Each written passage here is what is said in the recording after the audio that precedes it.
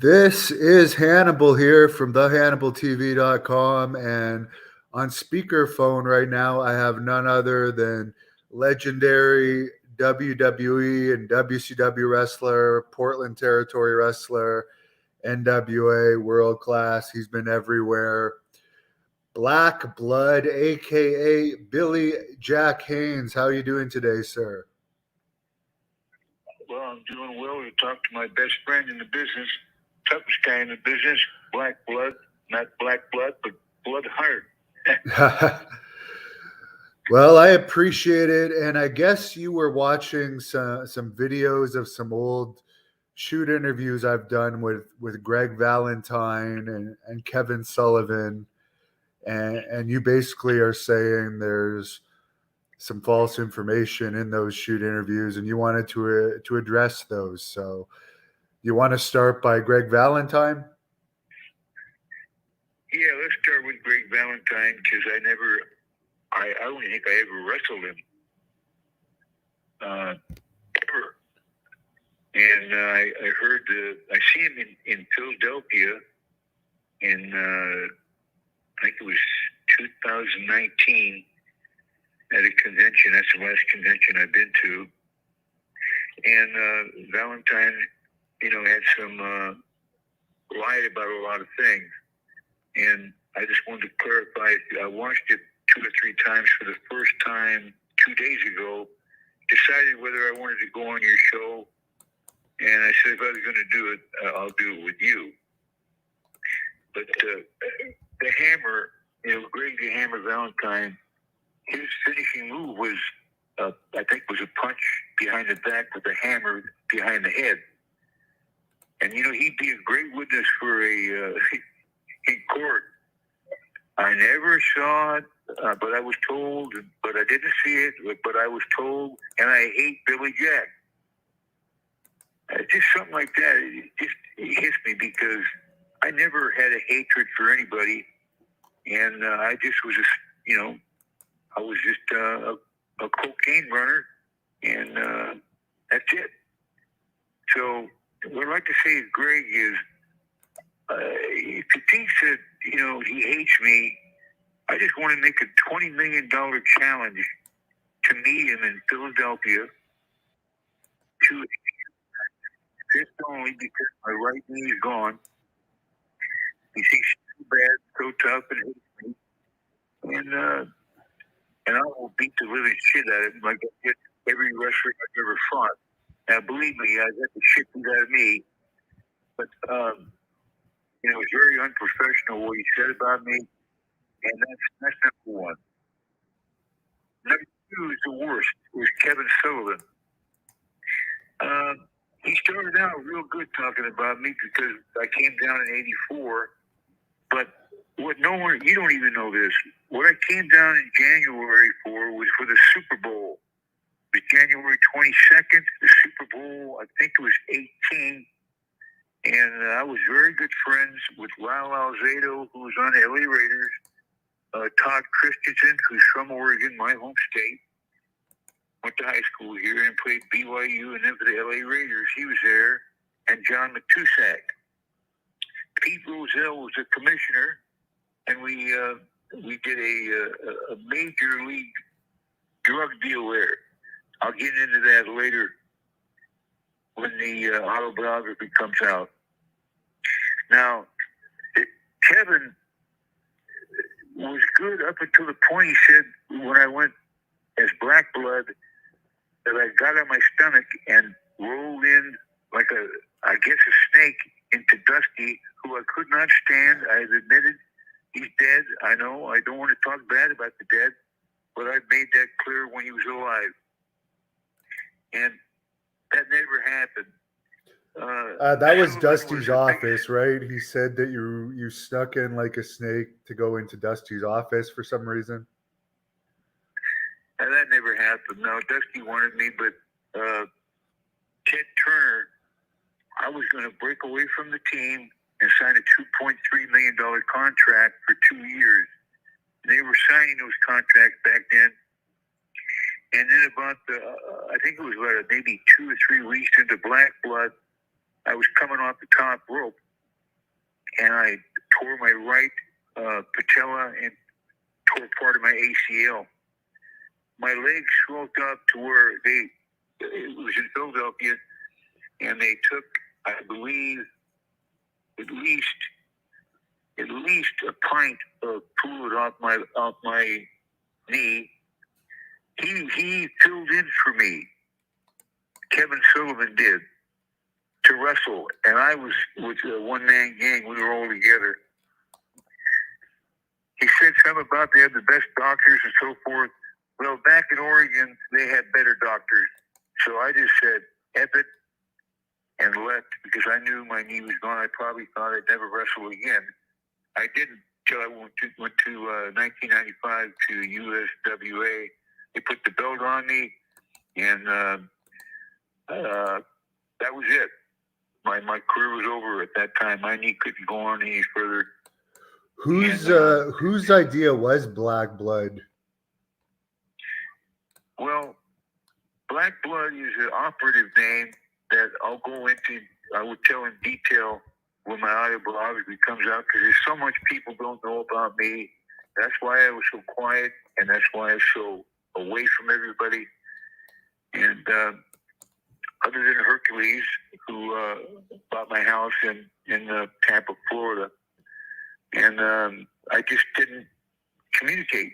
And so automatically people, like Blackjack Mulligan was a very good friend of mine too. But that's it. I didn't talk to many people. I just didn't. I just don't like to be lied about.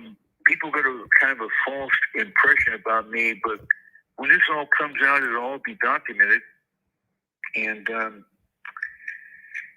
I let the wrestlers talk for me, like Black Bart, and Danny Dave has done a tremendous job on that video. I think he was the best video you've ever done. And it was short, but it was very, very good. And but Sullivan and Valentine, I challenged both of them to a $20 million. I put in my own money. I got plenty of money. People think I'm broke, whatever. I got plenty of money. Well, I don't think you need to worry about them accepting the challenge. I think Sullivan's in his 70s now, and unfortunately, he's got some hip issues. And Valentine, I don't think would want any part of that. But I'm sure Sullivan actually likes you, though. From any conversation I've had with Kevin, that story might not be accurate from what he remembers, but I do know Kevin Sullivan likes you as a person. Well, then you shouldn't have lied. And I had no problems with either Greg or Kevin, but I just want to set the record straight that I never got in my back or belly for nobody, and especially Dusty Rhodes. He had the biggest ego in this business, and it's all a work, and that's the problem. The promoter says who wins, who loses. When I came in there in '84 after the Super Bowl, that's why I was late.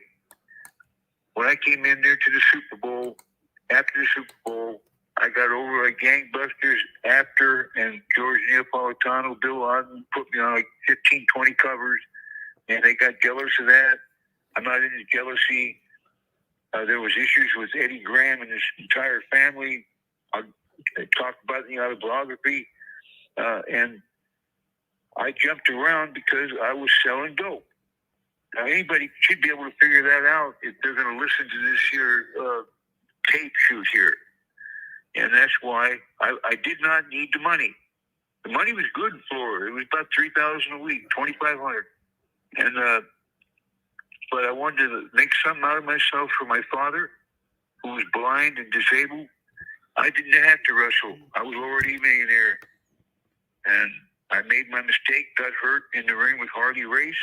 Fell backwards. It was on the YouTube video, and I don't know where I was wrestling, but it was in the start of January of '87. If you can get it on YouTube. He gave me a headbutt. I fell out backwards, and my back hit the edge of the stairs. And I had 20 stitches in my back. I got a scar in it, pretty long. And I still continued the match. You'll see Harley come out there, and he'll whisper in my ear if I'm all right. went back in the ring, pushed the referee. He gave me plenty of time. Any other man would have quit. The pro wrestlers are the toughest men in the world. I got back in the ring and continued the match, and I even press slammed him. So that's all I wanted to say, and say hello to you, because I love you so much. And how are you doing? I'm doing good. I'm about to go to the gym so I can try my best to look like you did in your prime. But I actually had a question for you. It came up in one of my interviews recently about you working against Don Owens in Portland. You started opposition at one point. What made you break off from Owens and start your own company? That's another false rumor. WWF, Vince was talking about going into Portland and taking it over. He did. But first, in '87, the commissioner there was Bruce Anderson. Bruce Anderson is a high-up political figure. It's also in the autobiography, which people will not believe. It's going to be the best autobiography in the world ever. So the third month in, he wanted me to go against Don Owens. And I just said, fuck you, and quit. That's it. Simple as that. He told me that wasn't going to happen. It was WWF. It wasn't Vince. I mean, it was Vince. It wasn't Don Owens. I love Don Owens. I love Stu Hart. I love these people. And but Vince McMahon, there's a long history between me and him. It goes back before 1980 and way back. So that'll also be in the autobiography. But there's so many false. I don't know. Maybe I gave the impression, but people kind of put together what they want in a business that's a work. It's not a shoot. It's a work. The promoter says who wins and who loses. You were a promoter and a damn good one. You know what I'm talking about. Yeah. And your old friend Barry Windham has been having some serious health problems. Did you guys ever bury the hatchet after that fight you had in Mid-South where you ended up beating him up? Well, I don't even want to talk about that because he had a heart attack. But Black Bart put it pretty straight. Morgan did come in and just went like nothing happened. But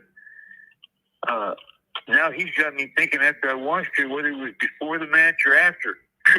I don't know. He says like he was just coming in. I thought about it. I thought it was after the match. I'm really not sure now about that. It's been 40 years ago, so I don't know. I wish you well. There's been a couple of people on here that want to know about Fred Ottoman, who was Tugboat Typhoon. I guess you used him at one point. He wrestled for you or something. Do you remember him at all?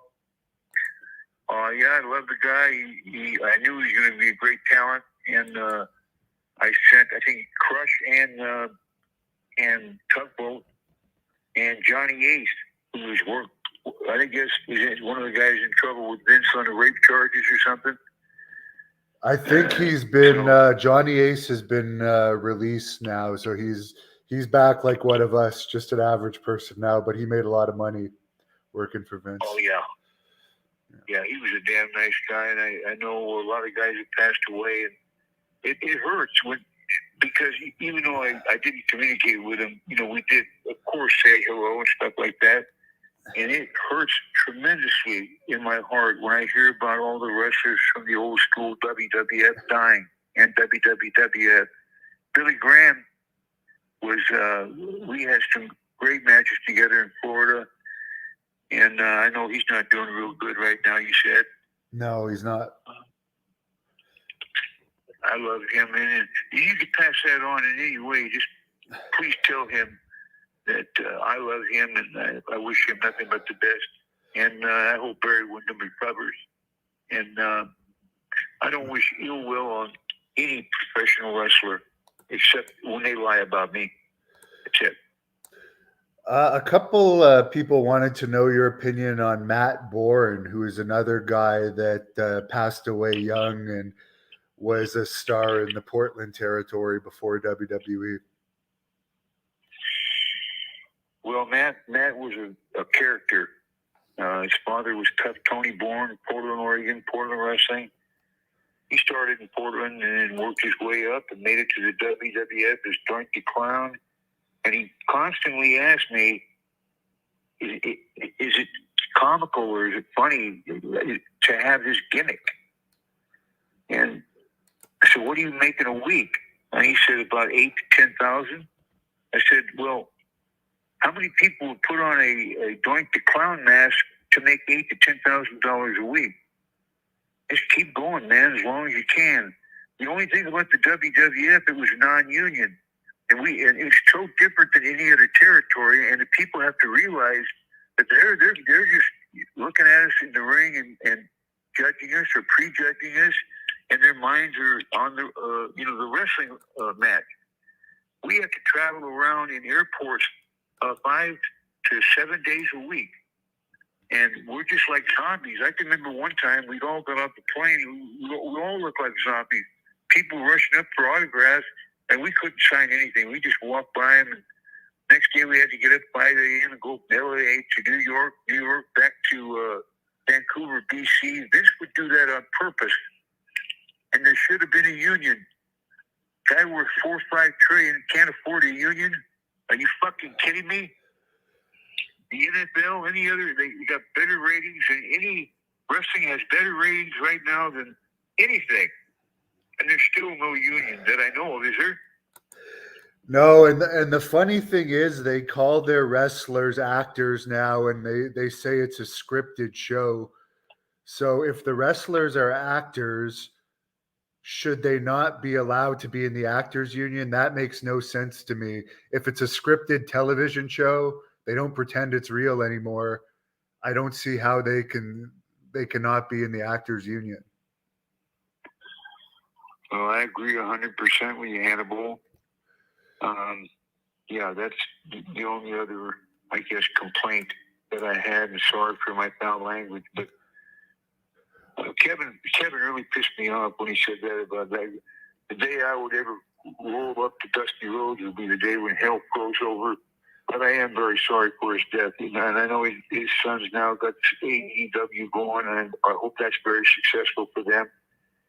I know they love their father very much. It's like I love mine. He was my life. He was blind and juvenile diabetes in a wheelchair, and I got into pro wrestling for him, not for me. Do you remember a guy named Rambo from Portland? Rambo. Yeah, he's not in very good health. He's in bad health now too. He's in ill health? Yeah. Oh boy, yeah. He used to wear the Rambo outfit in Portland. But you weren't close with him. I'm very sorry to hear about that.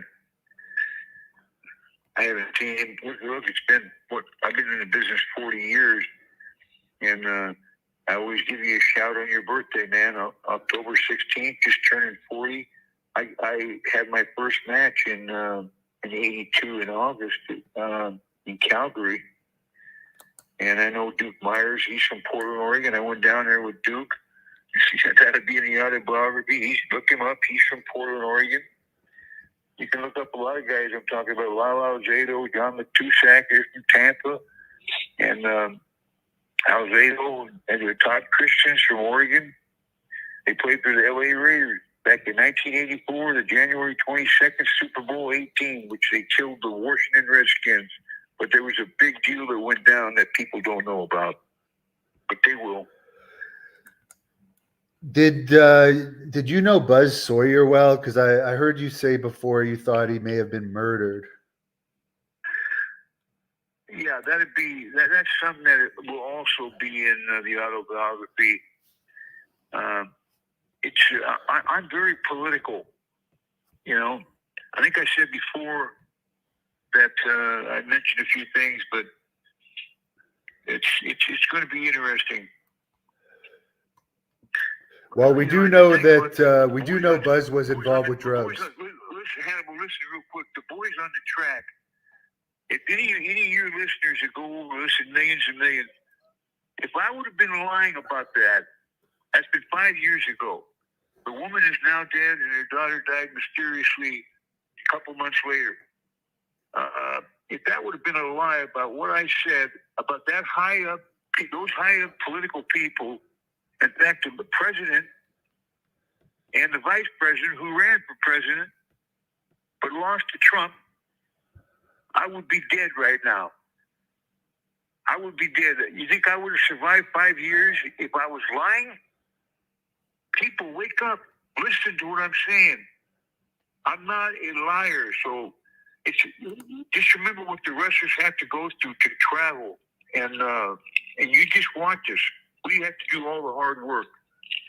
Every wrestler, like Shawn Michaels had his first match with me. He was a little skinny, fat kid. Look at what he did. Made it to the top of the business. So doesn't matter how he made it, he made it. So wrestlers are the toughest breed of men in the world. And I think I look at you like my son. And I don't know why you should be in the wrestling business on top. I don't understand. I'll never understand that. Was Brady Boone really related to you? I know you did that angle with him, with Ken Patera back in the demolition era of WWE, but was that just an angle or was there any family connection there? He died young too. Yeah, no, he was from Minnesota, and he was probably the best friend I had in the business. And I got him booked in Portland when I seen him back east. Come to Portland. He was a gymnast, and he worked with Rob Van Dam, also, who's a tremendous talent, Van Dam, and they were really good friends. And he told me a lot about Van Dam, and I think Van Dam was one of the better workers. Brady was too, if he would have been pushed. But he got killed in a car wreck coming back from, I think, refereeing a match in WCW. Yeah, I believe so, yeah. And he had little kids and everything. I mean, just a horrible thing. And wrestlers go through living hell. Well, the people need to understand that and not get down on the wrestlers. It's just a work.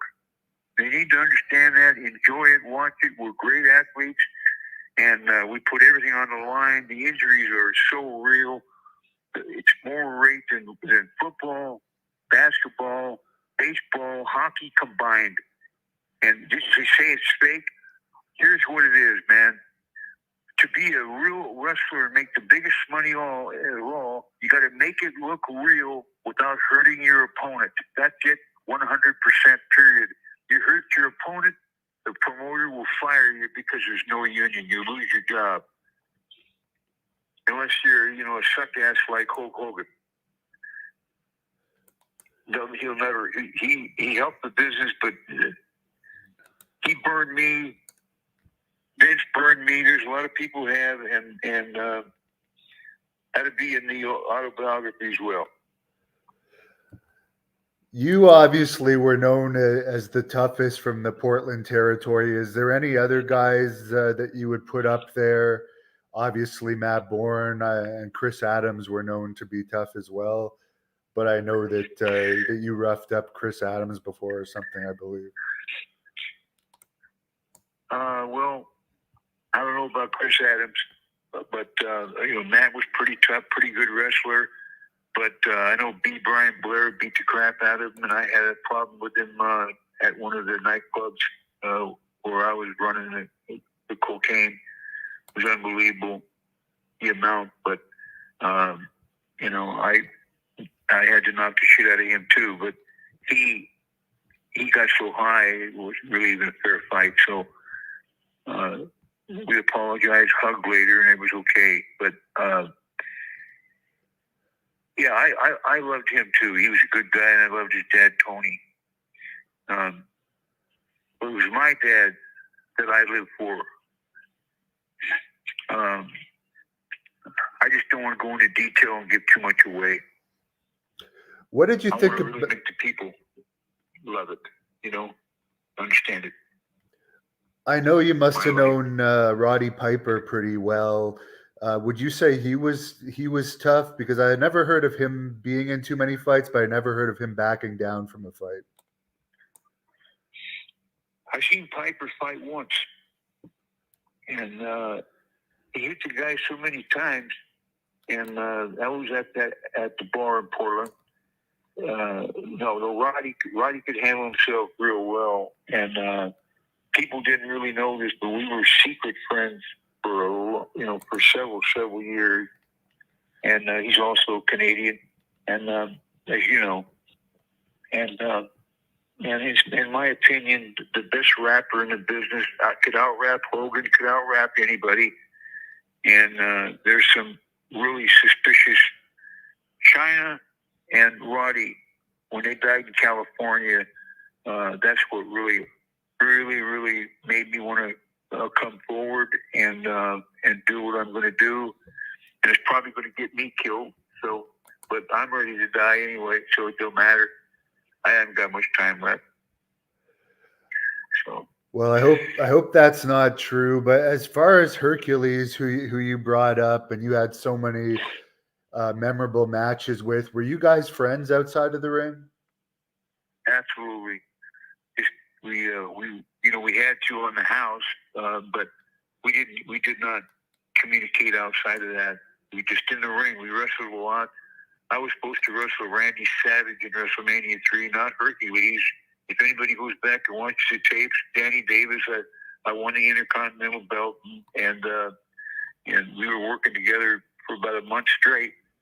And Ricky sucked dick, Dragon Steamboat. That's what I call him. Went in, bitching he wanted to wrestle Randy for the Intercontinental title. I don't know what he did. Probably had to perform oral sex, with the cream team up there. And next thing I know, probably a month before WrestleMania, he said, Vince said, I'm going to wrestle Hercules, not Randy, for the Intercontinental title. So I gave up my notice. And, as I talked about before, what happened in the hotel room, it'll all be in the autobiography, but not at Ricky Steamboat. He's not one person that I care for either. He's a sucker. There's a lot of suck asses in the business. You know that. Oh, yeah. And, egotistical. But a lot of good guys, too. Yeah. Well, I appreciate you coming on and checking in and responding to some of that. I heard in another interview, not with me, Greg Valentine also alleged that you were let go from WWE because you had taken GHB on an airplane and they were worried you had a heart attack. Is there any truth to that? Oh, now, that is true, but it's not. What he's talking about isn't true. I overdosed. When I had never taken drugs except steroids. No drugs. Like I tried marijuana, tried beer when I turned a teenager, but I was completely drug free. You had to be in the business I was in, and what happened on that? That was was coming from Detroit to Miami, and me and Rick Rude took those 222s. We took about 10 of them. Not the Johorian dope. It was you get them over the counter in Canada. They're called 222 codeine pills. And I had a bad reaction to it, and they had an emergency landing. Can you imagine that today? The news would cover that. The emergency landing in Detroit to North Carolina. Everybody had to reschedule. Demolition. Talk to Demolition. They were on the plane too. They can tell you about the emergency landing. That part of it is true, but not. He didn't know what I took. Come on, man. I never even spoke to the guy. If I said anything, it was hi. That's it. He said in the same interview that you guys weren't friends, so you have a point there. Yeah, I was friends with all the guys. I just didn't communicate. I was a rape victim. I was raped at 3.5. Lasted all the way to 10. That's the first part. What people don't understand. When you've been raped as a child, it does a lot of mental damage to you. And when you find out everything, people will understand me a lot more. And it hurts. It hurts bad. And losing my dad in 93 was, I don't know what happened to me after that. I really don't. You know, I was out of the coke business in 1987. I was the end of everything in 1987. And then some other stuff came up. And this is going to be the best autobiography in the world because I'm going to pour my heart out. And the people I'm going to mention, everything is, like I say, I've got an aortic aneurysm in my heart. And I need surgery, but I'm not going to get it. So my doctor said 2 to 5 years if I don't have the surgery. Why don't you want the surgery though? Because you do have medical coverage, right? Yeah, I do. But you know, my wife is not well, and she's just a great person, and I just love her so much. And I don't know, Hannibal. I just when I cry by myself. I don't cry in front of anybody, but I've been crying a lot lately. And I'm not trying to get any pity out of anybody, but I love the fans, especially in Oregon and Florida. God, they're the greatest wrestling fans. They understand wrestling. California, nah. I don't know. But I sure love you, buddy. Well, I appreciate it, and I appreciate you checking in for 2023 and letting the fans know how you're doing on this Royal Rumble day, because tonight's the Royal Rumble, so it's a big wrestling day for the fans. Is there anything you want to say to close things off here? I really appreciate it, and I hope you reconsider the heart surgery. Thanks, Hannibal. Yeah, I would. I hope the fans don't think I'm coming down on them, because without the fans, there'd be no pro wrestling. But one thing I want to ask the fans right now, all around the world of professional wrestling, and now that was called the WWE, help get a union for the wrestlers, because so many are dying, and so many have severe injuries. The injuries are real. Try not to hurt your opponent. You end up hurting yourself. So, seriously and deadly in sometimes. All pull together, all the fans, go on the internet and get a union for the wrestlers. If you love wrestling that much, you love the wrestlers, get them a union. Vince, is he still out in the rape claim thing? I think they're all settled now, and he's back in charge of WWE now. See, money talks and bullshit walks, see? And that's the way life is. Yeah, look at our world today. You know, we have an open border. Just come in. China owns half of our country. I mean, it's crazy. Now, how much of China does the United States owe? None. We don't own none of it. How much does the United States own of Russia? Nothing. But we're letting the whole country, everybody's at war. It's not looking good, Hannibal. And but let the fans please get a union for the wrestlers. That's one thing I would love to see.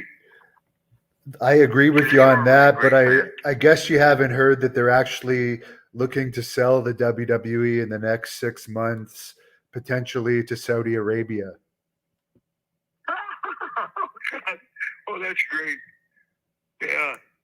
Okay. Well, I'll have a lot to say about that in my book. Okay. I didn't hear about that. Yeah, that's they're working on that now, and Saudi Arabia is one of the front runners. It's not finalized, but it's all over the news if you search it up. But all the fans love you, and we hope that you stay strong. I know you're going through some issues which we won't get into, but you're doing fine. It's nothing like some of the wrestlers going down bad paths. it's issues you can't do anything about. So I wish you nothing but the best. And one more thing, hey, Ken Patera, he's from Oregon too. He went to Cleveland High School. Ken Patera lied too.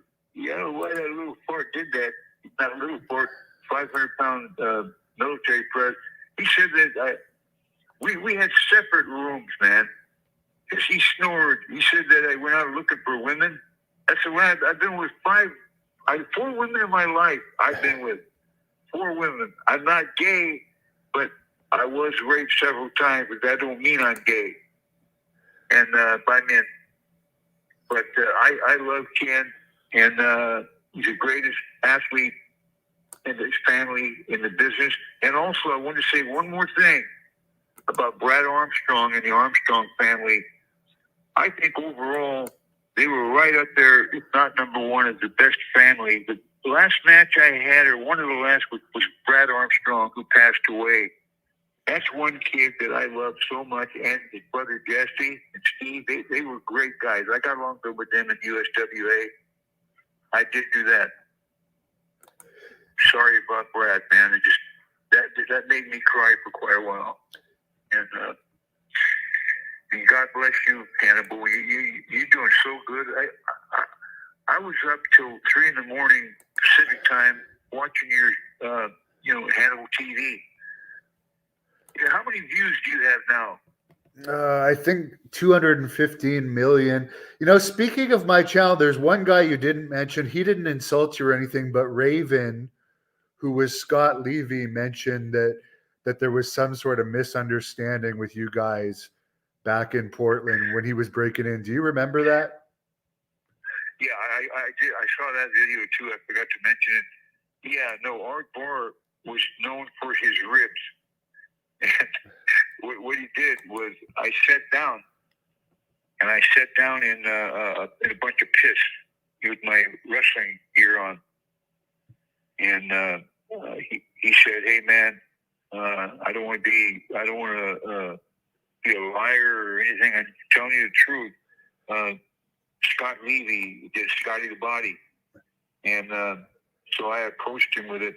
And he said, "Billy, I'd never do that to you, but I'll fight you." He was a good wrestler. And I told him in Portland, I said, you were going to make it big. And he went as a Raven in ECW, correct? Yeah. And he made the flock and all that. And I was very proud of him when I seen him make it to the big leagues, man. No, I love that kid too. He's a good guy. It was all just a misinterpretation. That's all. Yeah, because I think, I don't think he did it either. I believe him on that one. No, he didn't. He did not do it. In fact, I gave him a hug, and he's one of the guys that I really cared for. He was a great announcer when I turned heel down there in Portland, and he was doing the announcing with Don Koss, and if you listen to him, he really was a great announcer too. But no, he told Mr. Levy I said hello, and I love that guy. Sounds good. I do. Well, I think you're misunderstood by a lot of people. You're a good guy, and I appreciate you taking the time to check in with the fans today. Thank you, and you're the greatest talent that is never going to be seen on TV as a pro wrestler, in my opinion. I mean, except for in Canada and on YouTube, of course. But that's your deal. I don't ever want to talk to you about that. You do your own thing, man. But just know I'll always love you as a true friend.